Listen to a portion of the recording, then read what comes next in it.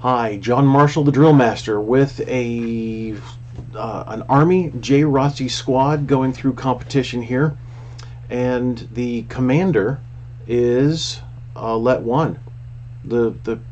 From what I understand, the squad is either all Let 2s or a mixture of Let 1 and Let 2. So Let is the Army JROTC acronym for Leadership Education Training. So 1 and 2 means they are all first and second year cadets. Now, it doesn't necessarily mean that they are freshmen and sophomores, but that's usually the case.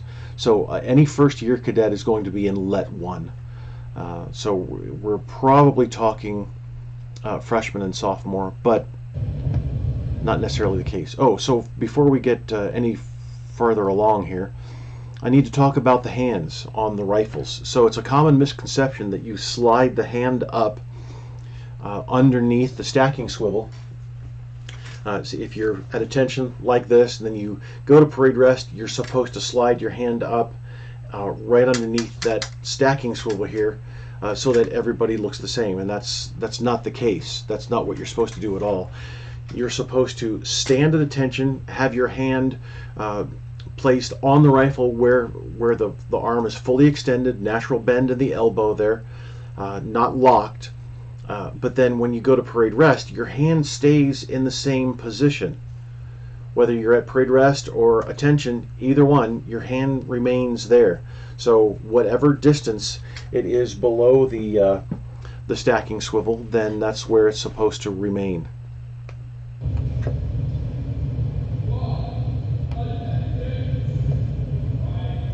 So the proper pronunciation for that is attention, not attention.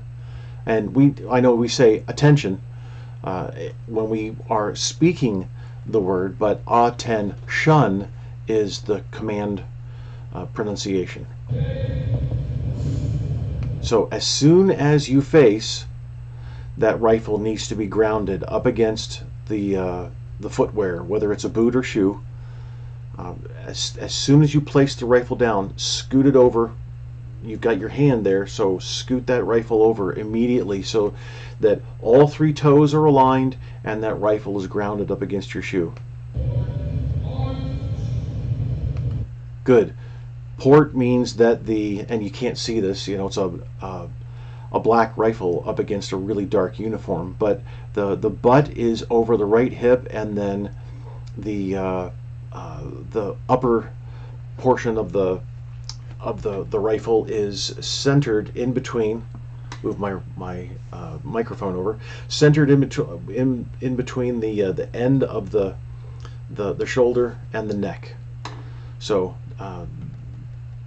pretty consistent angles here. So not bad. Now we're not looking at height necessarily. We're looking at angles. So we want consistent angles throughout. So, Commander, don't do that. Don't face and then call out. Let's see. Yeah, you're going to call out forward march. So don't do that, and don't look at the formation either. Every single time you're halted, the commander has to face the formation, whatever formation that is, and give that command.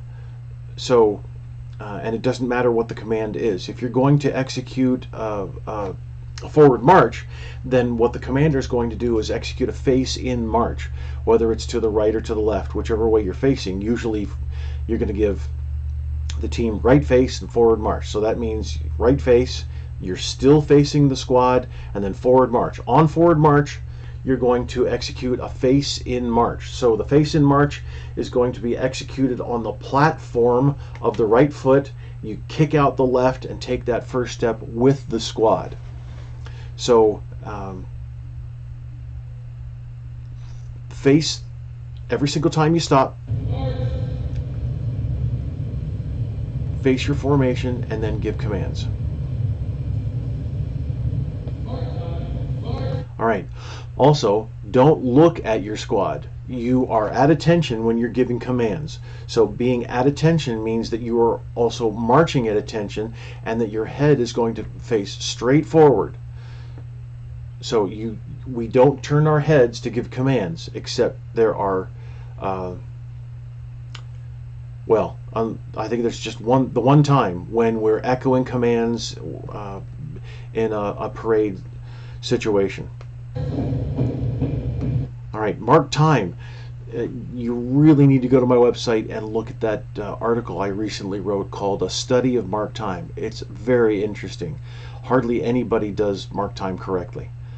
We are all supposed to bring our feet together, not necessarily like the Marine Corps at Navy and Coast Guard are required to do with the heels together, but we're supposed to bring our feet alongside each other and then begin marking time, not just kind of stumble into it the way the Army and the Air Force has done for many, many years.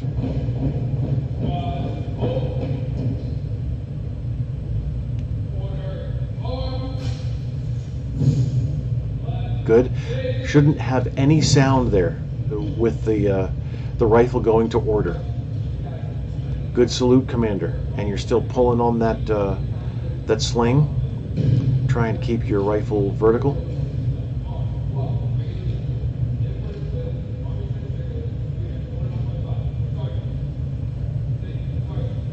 Drop all the way. Good. Good. So one thing that you should be doing is carrying your rifle so that your hand isn't up here, so that your forearm has an angle to it. Your forearm must be parallel with the ground. It must be horizontal. So let's look at fingers here. Young lady here has her wrist bent quite a bit so that she can bring that hand forward. That's not necessary at all. Relax that wrist and the fingers can just slightly angle forward, not this extreme.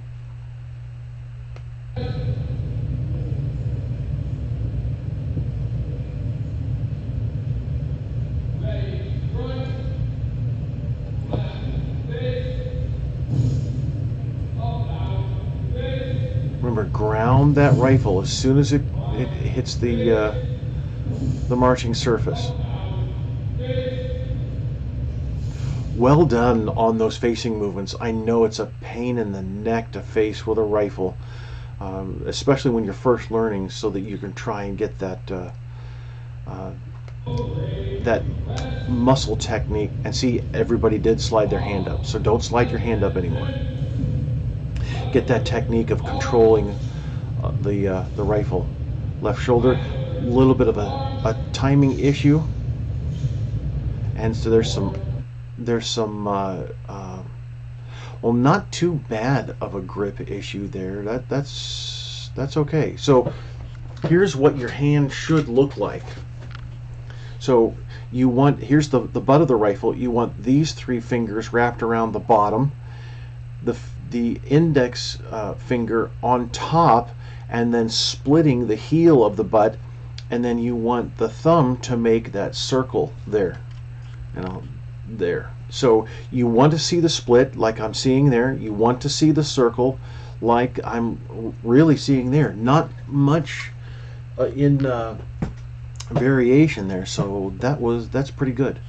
Let's go back and let's look at left shoulder. So yeah, pretty consistent there. So not bad at all. Just remember to make sure that the rest of the fingers, I try and have my fingertips touch at least, and some people can't do that because of the length of their fingers, and just some physical differences there. But that's not a big deal.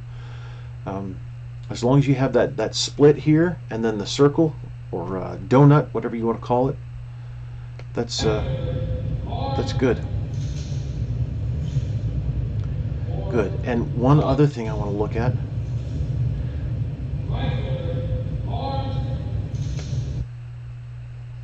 All right, so see the fingers? All the lots of splayed fingers there. So you want to, as you've reached over, you've grasped the rifle, you bring it to the port position, and I'm going to go over that in just a minute, and then you're going to move your hand down, and having those fingers come apart, definitely not necessary. This is more of what you want. See, he's preparing for his grip. Now the others are as well, but not as well. So these his three bottom fingers here are joined, and then he's getting ready for the split, and then making that circle with the thumb. So that's good. This is a little bit extreme, but the pinky there hanging way out. So got lots of splayed fingers there. So the port position, every single time we transition from order to shoulder, we come to the port position. When we transfer, when we go to transition from shoulder to present, shoulder to shoulder, present to shoulder, we go to the port position. This is Army and Air Force. Marine Corps is slightly different when it comes to the present position transitions, but and order, but going shoulder to shoulder and shoulder to present, you're still going to get to that port position. So a lot of times you'll see a reach and then coming up really high with the rifle, keeping it up at this level to make that transition. But what you want is to reach across, bring the rifle down to put the port position so that the upper sling swivel is at chin level, and the rifle is at a 4-inch distance. An average man's fist is 4 inches, so you place that at the breastbone, and then get your 4-inch distance. The Army Training Circular talks about the 4-inch distance from the belt, but not everybody is built the same. So I think it's a little more accurate to go from the breastbone. Now, for female cadets, we're not going to measure physically. For guys, yeah, you're going to stick that hand in there. That's not a big deal. But for females, you can take your hand and put it right next to them, and then you can judge that distance if necessary. All right. So I'm not wanting to be crude, but this is what we do here. But you're going to the port position, it looks like. Yeah. There's really good evidence. Now, okay, let's go back to that. Really good evidence of some training here. So there's a difference. Here we have one rifle right here. Actually, two rifles. Several of the rifles have a less of an angle, but then two of the rifles have a greater angle. So this one here, which is what, 1, 2, 3, 4, 5th rank, and then last rank there.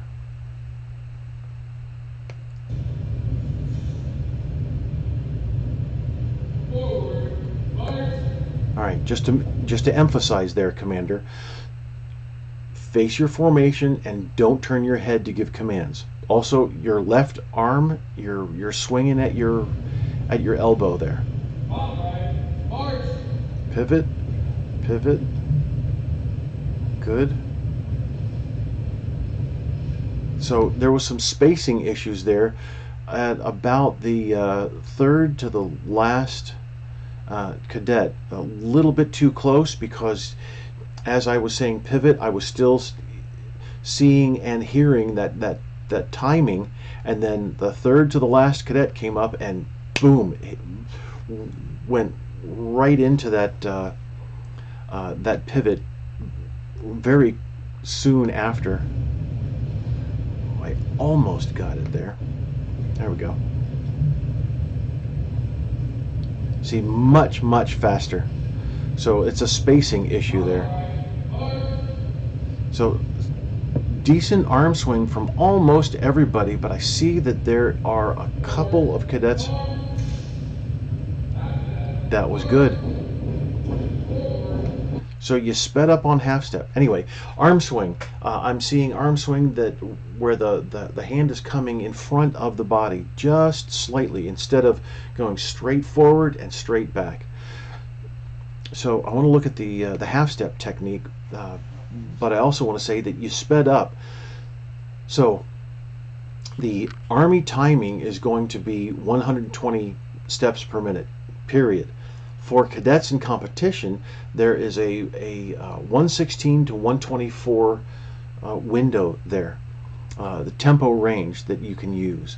And I definitely highly suggest that you go with the 120, since it's in that middle of the range. It's the target, but you need to maintain the same tempo throughout, no matter what you're marching. Half step, a full step, of quick time, even mark time. All of these similar steps are going to have the exact same tempo.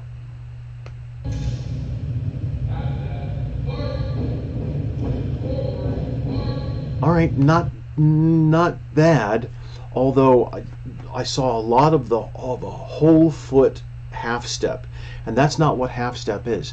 Half step is a half of a whole step. When we're taking a whole step, a 30-inch step for the Army, we're going to bring our foot out. It's going to strike at the heel. We're going to roll forward onto the toe, and then toe off, it's called. And then we're going to just repeat that again and again and again with both feet. Well, half step is exactly the same, except that the step length is only 15 inches. You're still going to heel strike. You're still going to roll forward, toe off, come and heel strike again, consistently doing that heel strike. So I see a lot of whole foot strikes there. Good rifle transitions, honestly, as you're going through.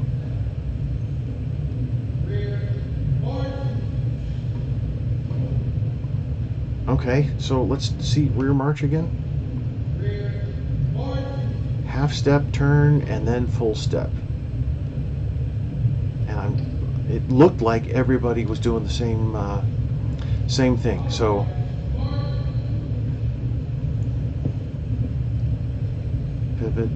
pivot. Okay, so getting better on the spacing there. That's good.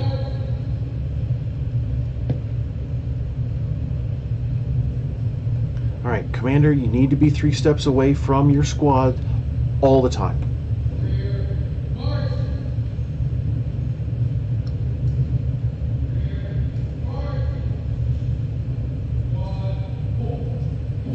And Commander, it looked like you executed rear march.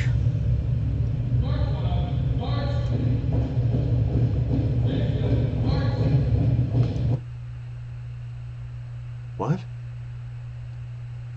That's weird.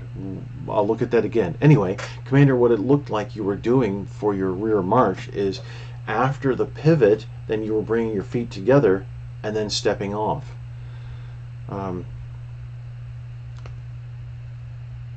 The Army doesn't allow mark time from a halt.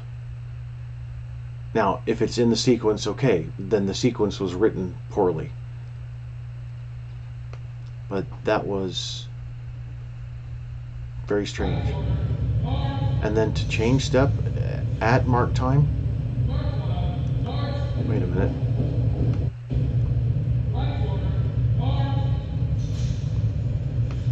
So elbows, I thought so. All right, elbows, some flared elbows out there. That is not the technique that you're supposed to use. So let me move my microphone out of the way.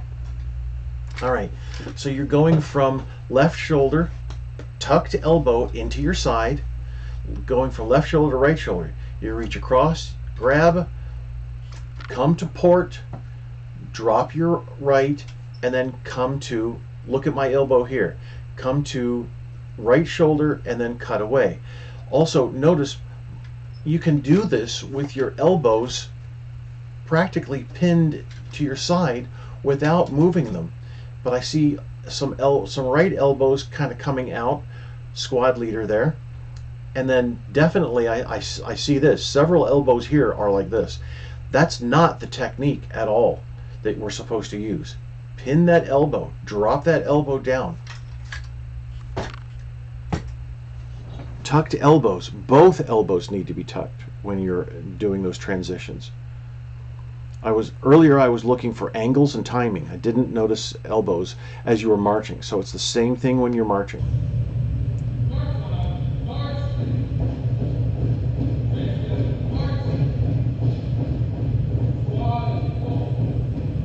Okay. If that's in the sequence, okay.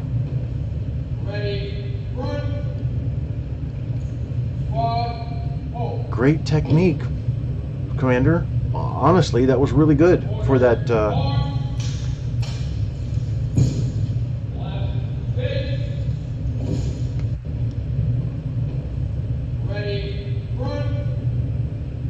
Yeah. Okay. A little bit of a lack of a definition in your transition there with the hands. Stop slamming those rifles. Oh, all right. Hold on. All right. So let's want to pick on somebody here. So that should be port that you're coming to. I saw a lot of this. Rifle almost straight up and down there. But watch this. Let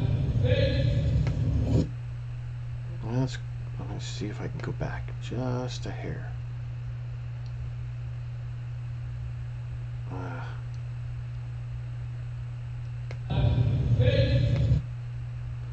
All right, so rifles are at a big angle there, and I know left face is a drag. Right face is easier for me. We've got some fingers here. You don't wrap your finger around the front of the rifle. I know you've got to pinch it and keep your fingers extended and joined. But you need to let the rifle hang, and don't let it come around the foot. Bring it over the foot and it's going to be easier if I were outside and or even in here with a camera on the floor. I could show you much easier, but you having the rifles come to an angle like that is just, it's not the technique that you want. And then you've got that slight slam on the court there, the marching surface for your rifles, and then all three toes are aligned here. This is close. This is not even, not even, not even, not even. So definitely need to work on that. But this is a nice performance. Honestly, I appreciate it very much. There's a lot of work went into this, and you can see there's evidence there, and that's just great. So more power to you, cadets. That's good. Now let's start working on those fine details there. But other than what I mentioned, really nice job. I very much appreciate it, especially coming from Let 1s and 2s. This is if you were to take this performance and bump it up against some Let 3 and 4 performances, probably a majority, you'd be right in the mix, honestly. Right in the mix of the same type of quality. So there was some really good training. You've been trained well in general terms. Now, like I said, let's work on those finer details, but not bad at all. All right. Thank you for the critique request. I very much appreciate it, and I hope my words have been helpful. Thank you.